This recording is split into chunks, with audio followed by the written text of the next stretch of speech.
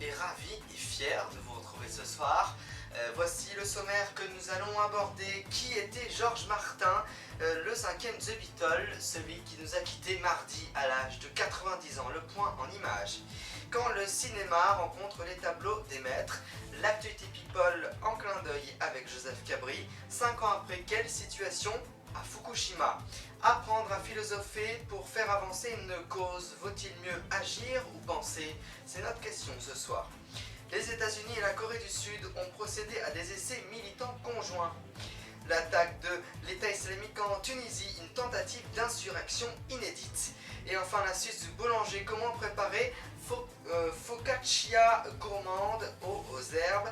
Nous le verrons en fin de Grand News. Mais tout de suite, les Beatles doivent beaucoup à leur collaboration avec le producteur George Martin qui s'est éteint mardi à l'âge de 90 ans. Il restera à jamais dans l'histoire de la musique populaire. Je vous propose de regarder ces explications signées ce soir du directeur adjoint donc de la rédaction du Monde du service de la culture. Il s'appelle Bruno L'Esprit. Il a hérité, comme beaucoup d'autres, du surnom de cinquième Beatles, qu'il rejetait d'ailleurs. Il disait que c'était plutôt Neil Aspinall, qui était l'assistant des Beatles, qui méritait cette épithète. Et Martin donc a une importance considérable, et c'est assez intéressant parce que le rock'n'roll est censé être une musique de conflit de génération. Et quand on écoute la musique des Beatles, c'est une entente finalement entre un représentant de l'ancienne école, de la musique britannique, très comédie musicale, très music hall, classique évidemment, puisqu'il avait fait une prestigieuse école, il était oboïste.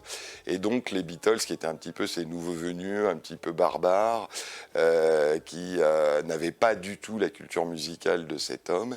Et c'est cette alliance finalement entre la fraîcheur, la spontanéité des 4 garçons et de ce vieux monsieur qui a donné les chefs-d'œuvre qu'on le connaît dans la discographie des Beatles.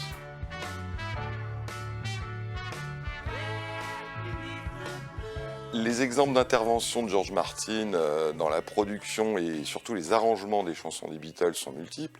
Le premier qui vient à l'esprit, c'est Please Please Me, qui va être leur premier numéro 1. À l'origine, c'est une ballade très lente, façon Roy Orbison, chanteur américain un petit peu crooner. Et c'est Martin qui a l'idée d'accélérer la chanson. Et le pari est gagnant puisqu'effectivement ça devient leur numéro 1. Donc ça c'est une intervention directe.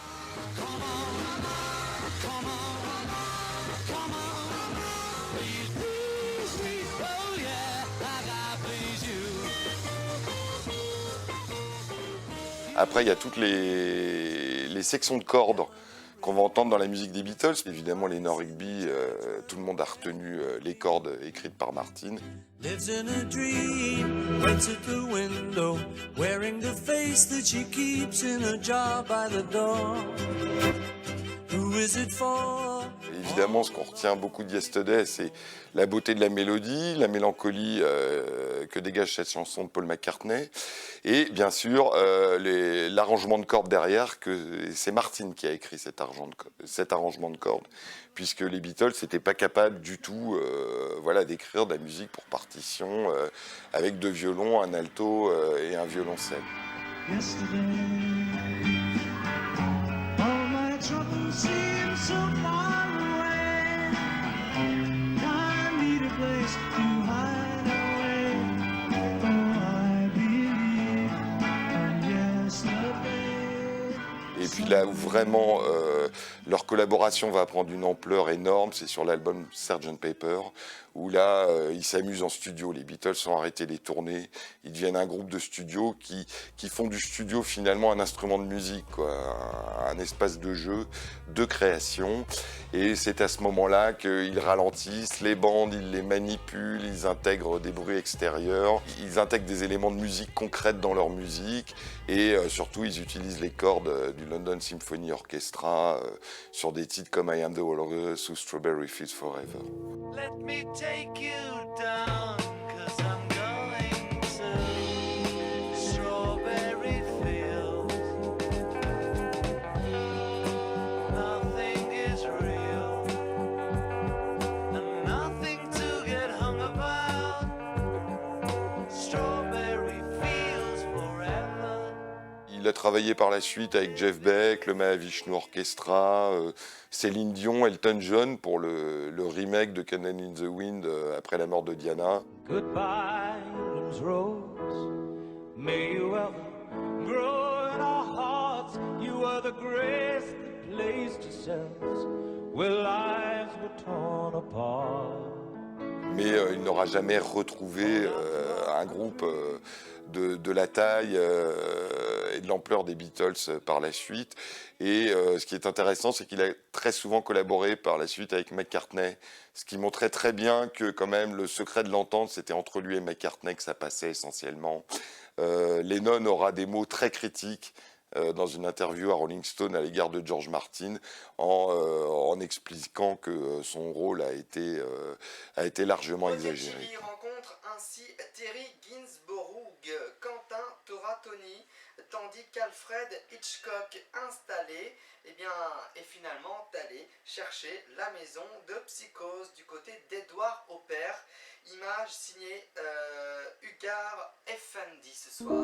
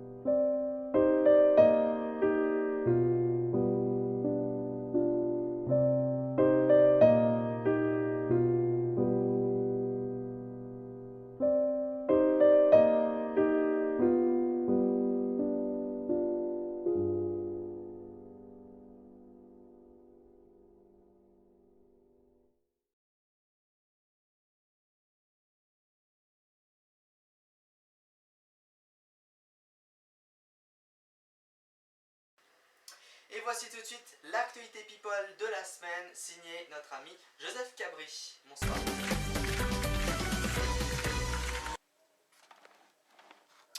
Et c'est la partie people avec Joseph Cabri. Bonsoir Joseph. Bonsoir chers auditrices et chers auditeurs, et bonsoir monsieur John Arnaud. J'espère que vous avez passé tous une très bonne semaine. Eh bien, moi oui.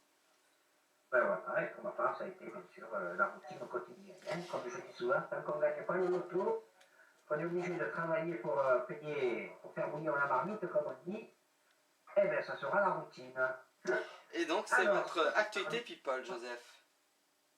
Oui, bien sûr, nous allons commencer. Alors nous allons commencer par notre cher Renaud, qui va de mieux en mieux, et après avoir fait déjà un peu de scène avec les artistes corses Inouvri, je pense que ça lui a donné certainement l'envie, et Renaud a publié sur sa page Facebook qu'il allait faire une tournée à partir du mois d'octobre 2016. Pour le moment, il a avancé une 50aine de tournées.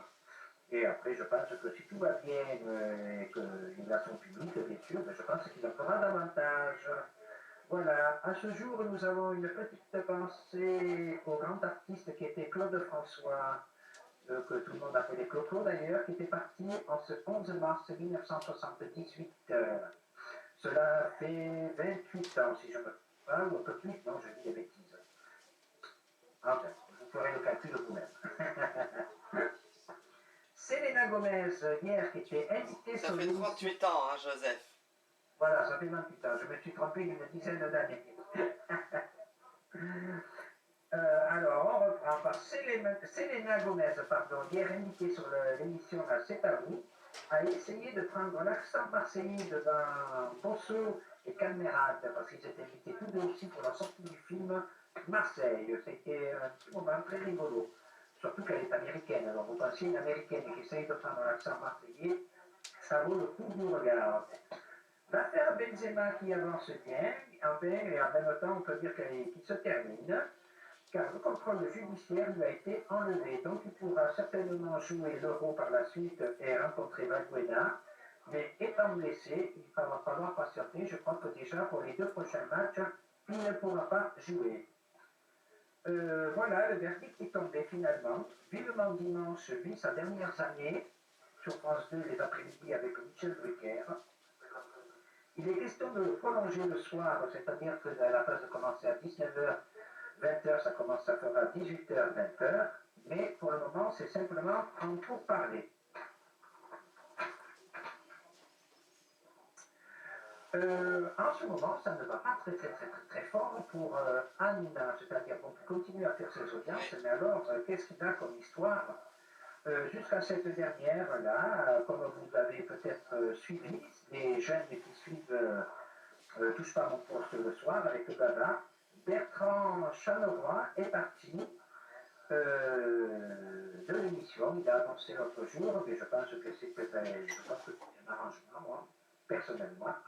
Il a annoncé qu'il partait parce qu'il en avait marre c'était devenu trop célèbre, qu'il en avait marre de la célébrité, qu'il ne supportait pas les candidatures, qu'il ne supportait pas toute cette vie. Mais en fait, moi, personnellement, quand on veut faire de la télévision, on sait très bien que c'est pour, en principe, être vu, hein, c'est pas pour rester derrière ou alors on reste derrière la caméra. On ne va pas. Et apparemment, il a fait ses adieux en plein direct. Hein, je pense qu'il a fait ses adieux. Moi, je pense que sur cette affaire, je vais vous dire mon ressenti.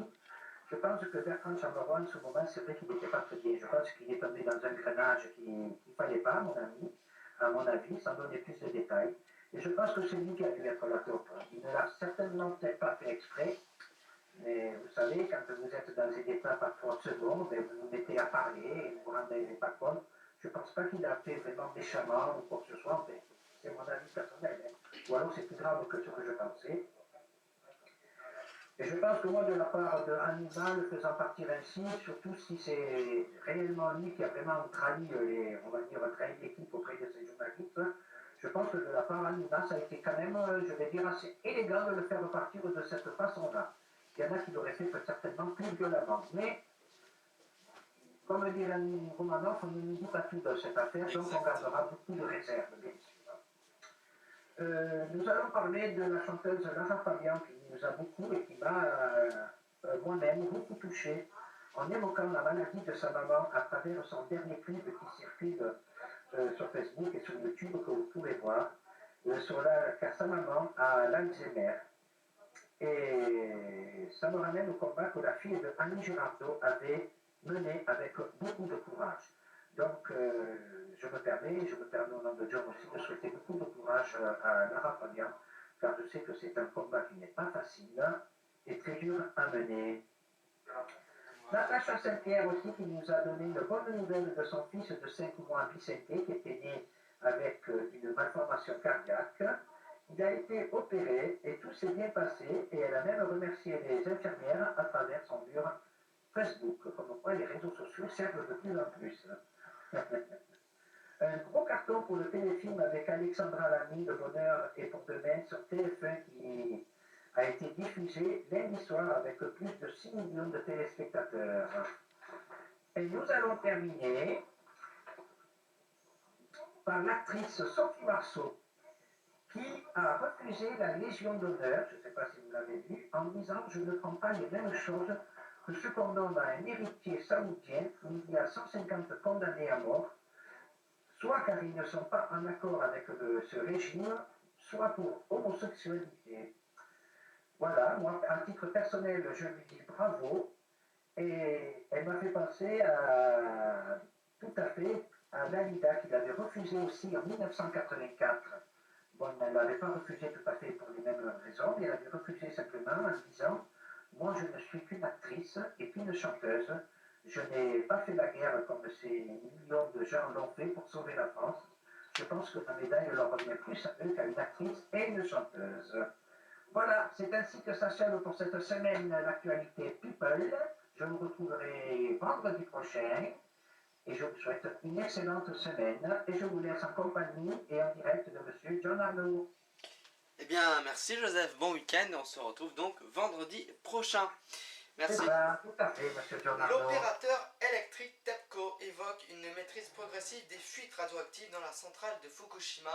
Des eaux contaminées sont encore présentes dans le fond des bâtiments, mais les travaux semblent en bonne voie. Le point, 5 ans après cette 11 mars 2011, un puissant séisme suivi d'un tsunami ravage la centrale de Fukushima Daiichi. Depuis, elle est refroidie en permanence pour éviter de nouveaux rejets radioactifs. Mais que devient l'eau utilisée? Dans les réacteurs 1, 2 et 3, les équipes de l'opérateur TEPCO injectent quotidiennement 325 mètres cubes d'eau, ce qui permet de maintenir les eaux dans les réacteurs à une température largement en dessous de 50 degrés. Le problème, c'est que l'eau déversée s'écoule en permanence dans les sous-sols des bâtiments où elle se mélange aux infiltrations d'eau souterraine. Résultat, il y aurait aujourd'hui près de 70 000 tonnes d'eau contaminée dans le fond de la centrale. L'opérateur TEPCO pompe dans les sous-sols des constructions environ 500 mètres cubes chaque jour. Cette eau est traitée et une partie est réintroduite dans le circuit de refroidissement. Reste moins de 200 mètres cubes inutilisés, direction la zone de stockage. Dans cet immense parc où se côtoient plus d'1 millier de réservoirs, près de 800 000 tonnes d'eau contaminée se sont accumulées depuis la catastrophe. Cela équivaut à plus de 200 piscines olympiques. L'ennui, c'est que bon nombre de réservoirs, construits dans la précipitation, se sont mis à fuir. Ils ont dû être progressivement remplacés par un type de réservoir adapté. Si tout se passe bien, le problème des eaux contaminées pourrait néanmoins être maîtrisé dans le courant de l'année 2016. Un mur de 900 mètres de long et 30 mètres de profondeur a été installé pour empêcher l'écoulement des eaux de la nappe souterraine vers l'océan. Le sol doit également être gelé pour maîtriser les infiltrations dans les bâtiments. Enfin, TEPCO dispose d'une capacité de traitement de 2300 mètres cubes d'eau par jour pour enlever les radioéléments des eaux provenant de la centrale. L'objectif est de supprimer toutes les fuites et de n'entreposer plus que de l'eau traitée. À terme, ces eaux pourraient être rejetées dans la mer.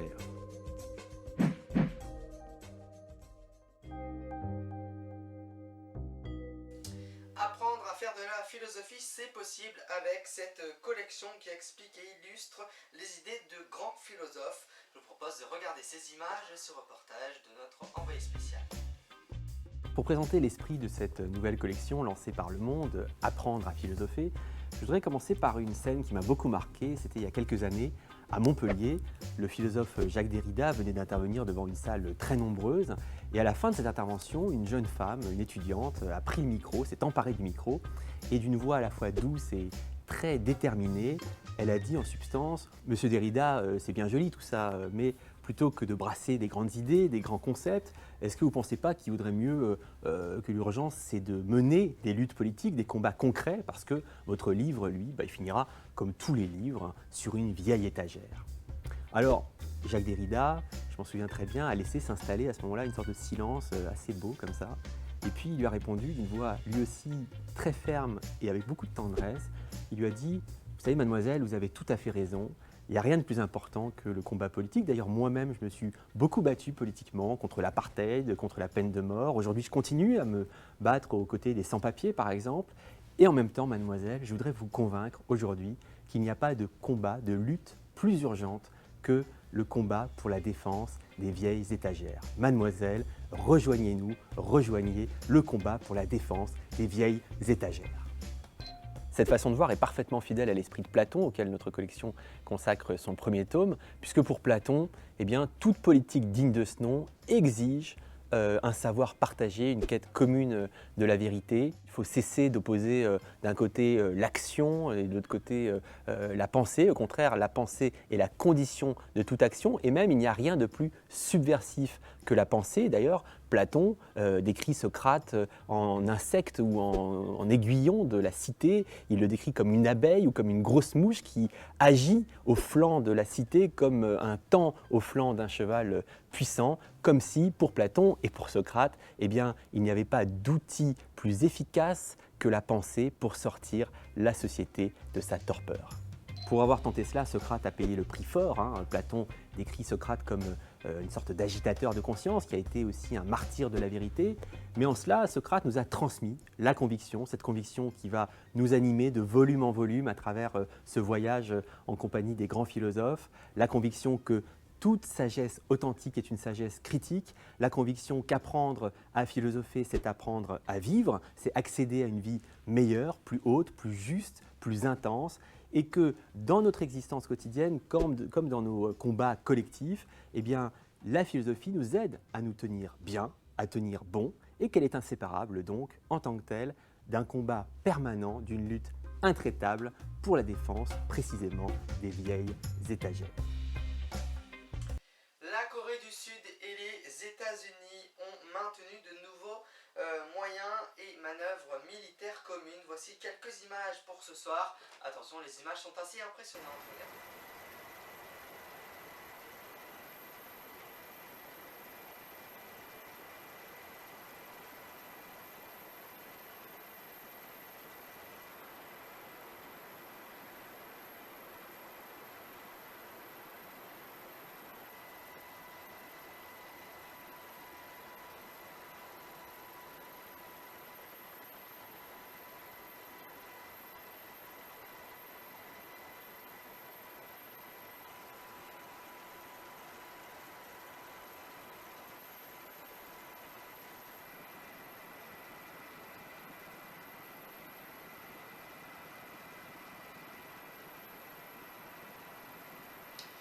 19 morts, 7 civils et 12 membres des forces de l'ordre. Mercredi 19 mars sont morts.